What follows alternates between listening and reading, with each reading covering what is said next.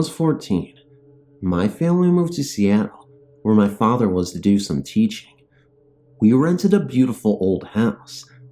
From the time we moved in, I was uncomfortable. I would turn quickly to think I saw someone move, just out of sight. I was placed in a downstairs room, which seemed to have the largest amount of activity. And each night, my dog would awake, barking at what seemed to be nothing, and my cat would become very alert. I eventually moved myself upstairs, into my baby brother's room, and he was sleeping with my parents. One day, while my father was away on business, my mother and I heard what sounded like a large box drop. We all looked around the house and found nothing to have made the noise. Because I was so scared, I asked to spend the night with my mother. I was to sleep that night in my brother's bed, and my brother would sleep with my mom. My mother and I were facing each other, me with my back to the closet. We said goodnight and turned out the light. A moment later, my mother bolted upright. Startled, I said, "What is it?" She told me to be quiet and reached into the nightstand for some mace. I turned to see what she was looking at. Out from the closet came light, as though someone had switched on a light. There was no light in the closet. We looked through the closet and through the house for 2 hours and found nothing. I remember my mom saying, "Don't worry, it's just a ghost. It won't hurt you." She was right. It never did, but I continued to feel uncomfortable and see what I think was a woman until we finally moved from the house. In another incident, in 1990, my grandfather was in a retirement home. He had several strokes and could no longer talk. His hearing was always bad, but had gotten to the point that he could no longer hear. He had recently come down with shingles and was not doing well. That night, as I was drifting off to sleep, I clearly hear my grandfather talking to me. He told me he loved me and then said goodbye. The following morning, I got a call saying he was dead. I already knew. There was another incident that has haunted me to this day. My husband, 2 kids, and myself took a trip to Alaska last summer. We made it to the border of Canada somewhere around 8 in the evening. We were told that the nearest town was a place called Hope, about 30 miles up the road. When we got to the town, we found that there was no place to stay. It seems it was a national holiday. A kind woman at a local hotel phoned the next town up the road to see about vacancies. She reserved a room for us, and off we went. We reached the Yale Hotel around 10 o'clock and checked into our room. I turned on the TV for the kids, and they watched the Family Channel until we were ready for bed. We turned out the lights and went to sleep. Sometime later, the TV awakened me. It had turned on by itself. What was showing appeared to be a sitcom. What was being said was far from funny. It seemed as though the voice was dubbed. What was said did not even match the mouth movements. It was a man smiling and talking to his wife in a kitchen. What I heard was a man with a rough voice, screaming. My husband had woke up with me and asked why I had turned on the television. When I told him I didn't, he asked that I turn it off. I accidentally switched channels, and when I turned the knob back, the show was gone. It was called Just Snow. It's funny, it didn't really dawn on me until the following day how very strange it was. I've never before or since had a television turn on to what was the Family Channel and have it spew profanities at me, but I guess we all have firsts. In my last and final instance, my family and I moved into our house last October. My husband and I had been looking for houses for some time. When we found this house, we loved it from the start.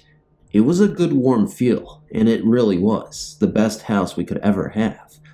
Shortly after having moved in, my husband and I compared notes and admitted that we were both having strange feelings. Creepy was the word we agreed on. We were both finding the closet in our children's room open. The door would stay closed sometimes, and other times you return to find it ajar or fully opened. My husband shared with me that he was outside doing some digging on the French drain. He had set down a piece of chalk he had found. He turned around to pick it up, and it was gone. On another occasion, my family and I were sitting on the couch. My husband asked me to smell my son's hair, and it smelled intensely of perfume. Being that neither my husband nor myself wear any fragrance, we began looking around for something that may be carrying the scent. To refresh his memory, he sniffed my son's hair again and asked me to do the same. The smell was completely gone. The oddness seemed to subside for months. Then, this year, around the same time, it seems to have started again. The closet door is again not staying closed. We are having trouble finding things again. The other night, I felt a cold breeze coming across my face as though the windows were open, but they were closed. I go up to find the back door unlocked, knowing that I had locked it the night before. A few nights ago, when I closed my eyes, I heard someone saying to me it's all right. After looking up the site and looking at the pictures, I decided to try my hand at photographing the potential presence. I went into the bedroom that has the closet door that doesn't close. I said out loud, though I'm not comfortable with the idea of having a presence in my home, I think I could deal with it better if I knew whether or not you exist, and since I have children, and they would be able to see you if you exist, I feel I need to be aware of that fact. So, I'm going to take pictures of the house, and if you are comfortable having me take your picture, you can get in front of the camera. If you're not comfortable, I can respect that. I'm guessing you're a good entity, because my cat seems to like you. Note, my cat is very insistent on spending time in this room. I must say, I felt a little silly talking to the air, but it seemed the right thing to do. So, I took pictures of the house. I frankly was hoping that nothing would be found, and that I would find my imagination had run away with itself. When I got the pictures back, I found that the photos taken in the bedroom and in the closet have what I understood to be a vortex. Needless to say, I'm pretty spooked. I'm planning on finding out the history of the house to see if I can figure out who our roommate is. Also, I'm hoping to contact some people that are knowledgeable on the subject of ghosts. If this entity needs my assistance, I hope to help. If it just wants to hang out with us, that's fine too. And if it's bad news, I need to know. I'm hoping that my initial feeling of my house is correct, and that what I believe is a ghost is of the non-threatening variety. I just keep telling myself that. The ghost has been very polite for the last year, and those that should be able to sense the presence seem not to mind it. The cats and my two children, whose room the ghost seems to live and spend time in. Thank you for your time, and I'm glad that you were able to read my story.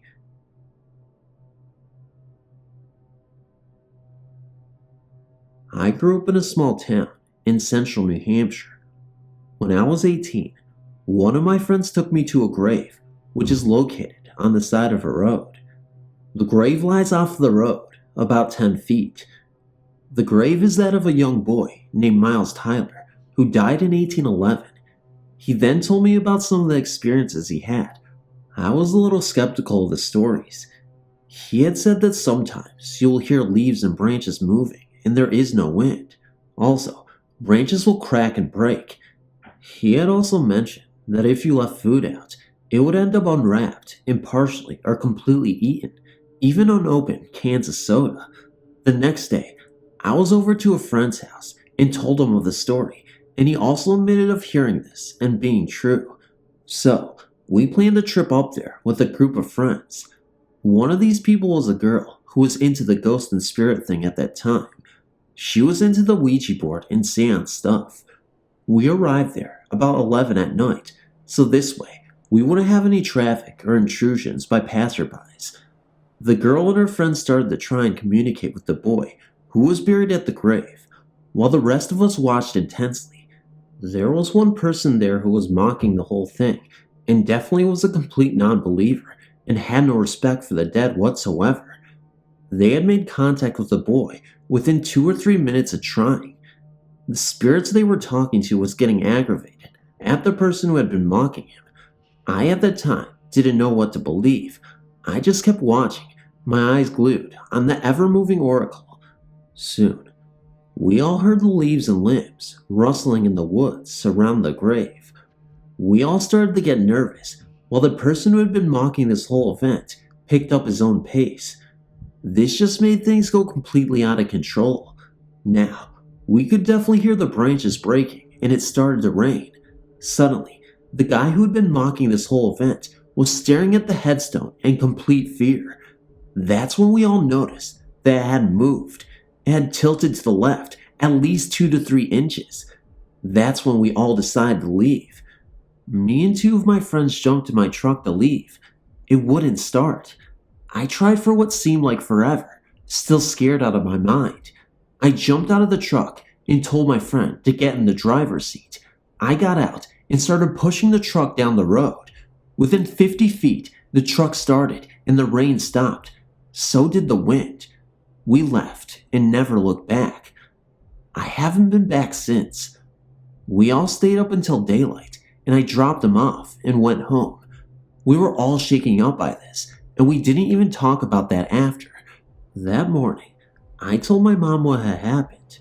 Funny thing is that she did not say that she didn't believe me, but just chose to say, "I hope you have learned your lesson and don't go back." I'm sorry for the lack of names, but didn't want to involve anyone without their permission. I now live out of state and have lost track of most of them.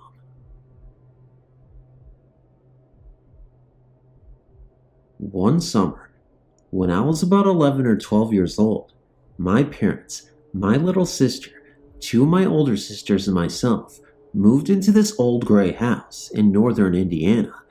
It had a cement sidewalk that went around to the back of the house, and at the back of the door, there was a date and 2 footprints and a handprint. The date was about 1812, if I remember correctly. It has been at least 10 years since this has happened. Anyway, right before we moved in, my 2 older sisters wanted to stay the night at the house, so they did. They felt real uneasy after being there for a while. They sat on the floor, back to back, wishing they hadn't done this. All of a sudden, they heard a loud banging noise coming from the basement. They called the police from the neighbor's house. After the police checked everything out and found nothing, they left. Once again, my sisters, still scared out of their minds, sat on the floor. They heard it again. So once again, they called the police. They showed up and stuck around a while to see if maybe they could hear it. About 15 minutes or so later, they heard it. One of the police officers told them that it was just the old furnace in the basement making noises. My sisters had a good laugh and finally drifted off to sleep. When we finally moved in and settled down, I wanted to really check the place out. In my room there was a walk-in closet, about 12 feet in length, and on the left side inside the door was a smaller door that we assumed led to the attic. I felt very odd every time I had to go to the closet. One night, my little sister decided that she was going to sleep in my bed with me. Of course, being the brave sister I was, I picked up my little book of ghost stories and began to read a story entitled "Phone Calls from a Ghost." All of a sudden, the light in the hallway began to flicker. It was the light we were using to read the book by. We got scared, and I threw the book out my bedroom door. We laid there talking, wondering what caused that to happen, when we began to hear music and lots of voices coming from the attic. I could hear a child running around and laughing also, but my sister says she didn't hear that. We decided to go downstairs and sleep in her room that night. A few weeks go by, and one of my older sisters bought a Ouija board. My mom didn't like the idea of it being in her house because her mother always told her that they were of the devil. But, being a little curious herself, we all sat down and watched as my mother and older sister began to play the game. The spirit in the board said his name was Ghoul. I'm not sure how it would be pronounced, but I remember how it was spelled. We asked it some silly questions, and then my mom asked it a more serious question about if one of us was going to die, when, and how. The board told her something. She wouldn't tell us. Then she got really mad at the spirit and began calling it names. The little device that you put your hands on began moving around the board, really fast in a figure-8 pattern no one was touching. Then it flew off the board and sailed across the front room into the dining room. My mom told my sister to get out of her house and never mention anything about what had happened. But she didn't take it out. She just put it in the closet in my room. One night, me and my little sister decided that we were going to be gypsies. So, we got our crystal ball, which was nothing more than an electric candle with a blue bulb, and sat in the playroom and turned off all the lights. My mom was the only one home, and she was downstairs. We sat next to the candle and began chanting, "Oh spirits, if you are here, give us a sign. We want to know who you really are and why you're here." Over and over we chanted. Just then, I felt this cold chill. The windows were closed and it was midsummer. The bulb in the candle flashed and then went out, and I heard someone whisper, "I'm here." It sounded like a child's voice. Then, the hall light flashed twice and then stayed on for about 5 or 10 seconds and went out. My sister and I ran down the stairs, across the dining room, and into the front room to where my mother was sitting, reading a book. We asked her if she flashed the lights just now, and she said no. See, my mom can't walk very well. She can't run or walk fast either, so she wouldn't have been able to get to the stairwell, flash the lights, and get back to her seat in time before we made it down the stairs. She didn't even notice the lights flash. Needless to say, we didn't go back upstairs. The next weekend, I stayed with my friend Robin. I didn't see anything about what was going on in our house. My mom and little sister were home alone. During the night, my sister woke up because she heard a woman scream. She ran to my mom's room and woke her up and told her. Mom called the police. They showed up, checked everything out. Nothing. After my mom got her calmed down and they both fell asleep, my sister heard the screaming again. So, once again, Mom called the police. They still didn't find anything. I wanted to find out why all this crazy stuff was happening, so I began to ask around. A few of the neighborhood kids got together and helped me find out. Of course, they thought my sister and I were crazy. Then my friend Erin talked to a lady at the library. She told Erin what happened, and then Erin came home to my home to tell me. We were standing outside the house, on the side where my room is below the window, in my walk-in closet. She told me that there was a mom, dad, and child who lived here a long time ago. One evening after school, the little boy was up in his room, which was the same room I had at the time. The mom was standing in the hallway, talking to him, when the dad came home. He was drunk and told him to come down. She looked at the boy and told him not to come down. He could hear his mom and dad yelling, and then all of a sudden, he heard his mom scream, and she just kept screaming. He ran down the stairs and into the kitchen. There was blood everywhere, and his dad was still stabbing her in the chest and stomach. He turned to the boy, and he said, "You're next." He ran up the stairs and locked himself in the attic. The dad took the mother's body and went down to the basement. In the basement, there was a little cubby hole in the wall. Inside that hole was another hole. He put her in the second cubby hole and went after the boy. He kicked the attic door open, and when he found the boy, he began stabbing him little at a time, just enough to make him bleed a little bit. The neighbor heard the boy's screams and called the police. The dad took the boy, still screaming, and went down to the basement and climbed into the second little cubby hole and finished killing the boy. He then took his own life. After Erin finished telling me the story, I looked up at my window, and it was like I was looking at a family photo. I could see the mom, dad, and boy looking down at me. She was wearing a whitish sweater. The dad was wearing overalls and a plaid shirt, and the boy was wearing a pair of overalls and a plain t-shirt. They looked happy. Then I looked at Erin, who didn't seem to notice them, and then I looked back, and they were gone. After everyone went home, and I could sit and tell my mom about it, who didn't believe me anyway, I began putting things together. The child's voice in the attic, the woman screaming, The banging in the basement.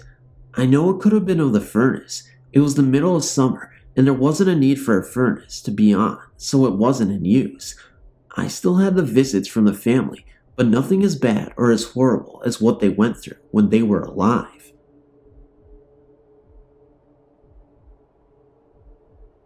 I want to start off by saying that this is a great site, and I love reading about everyone's ghostly experiences, even though I must admit I have a hard time believing them all. There's some stories that you can just tell that the person writing it is a kid with an overactive imagination. I only say this because even though I am a believer, I am a college educational rational individual, and I can also be the biggest skeptic you've ever met, which brings me to this incident that occurred while I was still in college.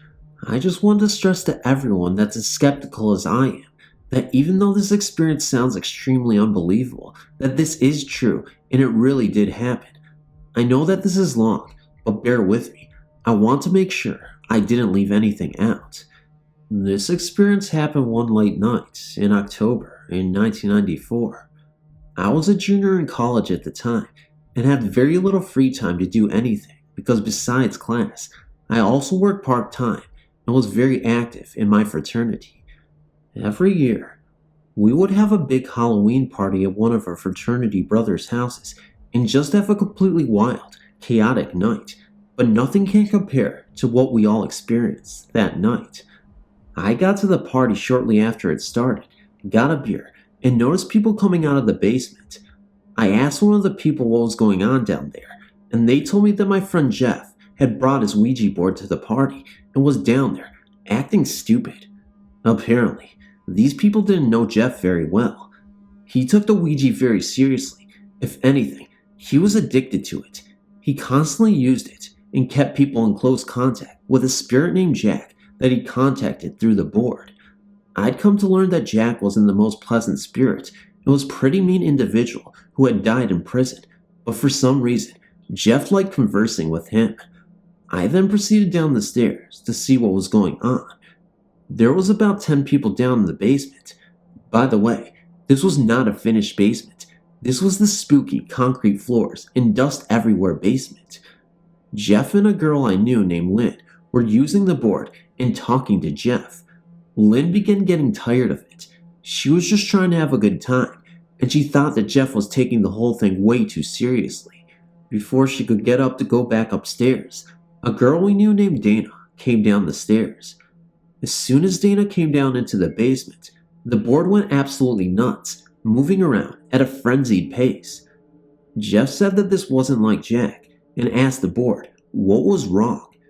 The board spelled out that it wasn't Jack, and it just kept spelling Dana's name over and over. Jeff asked the board if the spirit knew Dana, and it said yes. At this point, everyone's kind of looking around confused and everything, and Dana was just looking at the board all weird. Jeff then asked the board what its name was, as it spelled out the name Michael, and that he was 6 years old when he died. This is when Dana went ballistic. She just started crying uncontrollably and shouting, but we couldn't understand her because she was crying so much. She then ran upstairs and out the back door. A couple of us followed her to try and find out what was going on and to try and calm her down. We went outside and saw Dana crying on another girl's shoulder. This other girl looked both pissed off and scared to death at the same time. We asked her what was wrong and started yelling at us. How could you dare pull a mean trick like that? You should feel awful for doing this to her. We were clueless. We asked her what she was talking about, and then she told us that Dana had a younger brother named Michael that drowned when he was 6 years old. A chill immediately went down my spine. Once Dana calmed down a little bit, she told us that she'd been trying to contact Michael over the years, but was never able to. She then offered to buy Jeff's Ouija board from him so he could keep in touch with her brother. At this time, Jack came back, and it was like he and Michael were fighting over control of the board.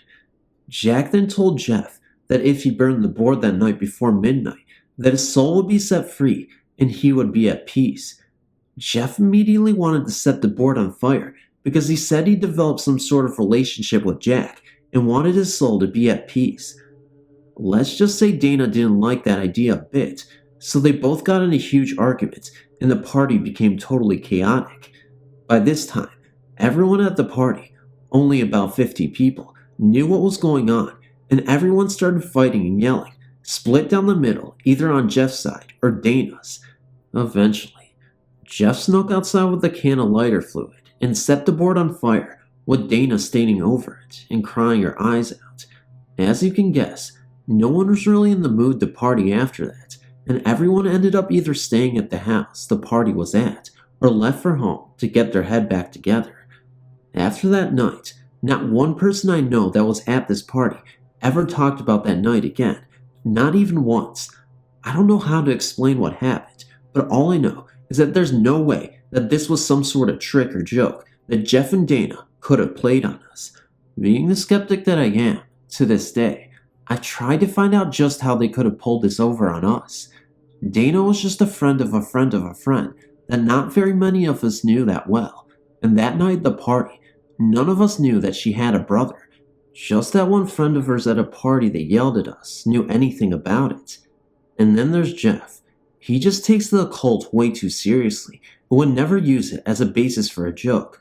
And if it was a trick, he's not the type to let it go. He'd make sure he knew it in our face about how much he scared us and what a great joke it was every chance he got. That's just how he is. To this day, anytime I tell anyone about this, when I get to the part that the spirit was her brother, I get a chill all over my body. Words simply can't describe what it is like being that night and what happened, but I'll never forget about it. I can remember it was just like it was yesterday. If anyone wants to write me about this or anything, feel free to. I recently acquired a roommate when I was 17. I bought him for half price, just like the dog, and he told me to like, comment, and subscribe. His name was Being Scared. He would never ever do anything to harm anybody, but he was just a very cool guy. And if he didn't like, comment, and subscribe, he would have recently acquired a roommate, and it would have put our heads on fire. He told me to share this video with you guys, so that you could share it with other people. But that's what happens when you recently acquire a roommate, because they're cheap and they like to do things that you couldn't even imagine. Okay, guys. I don't even know what I'm saying these days, but thank you so much again for tuning in to these Ouija board stories and haunted house sort of combination, and hopefully I don't stutter out my words anymore and slur them too much, and for you guys to enjoy. Seriously though, guys, if you like the stories, go ahead and comment below and let me know what you think of them. You can always share this video if you want. You know, it really helps the channel grow, because if people don't know about it, if it's not getting shared, then how else would we know? How else would it be known? And I just slurred, but I'll keep that in. Anyway, guys, if you got to the end of this video, why don't you write down I recently acquired a new roommate, just so I know that you got to the end of this video and you watched it in its entirety, and just, you know, be as silly as I am, because, you know, that's what we do on our channel. Okay, guys, good night, good morning. I'll see you in the next video. Love you guys.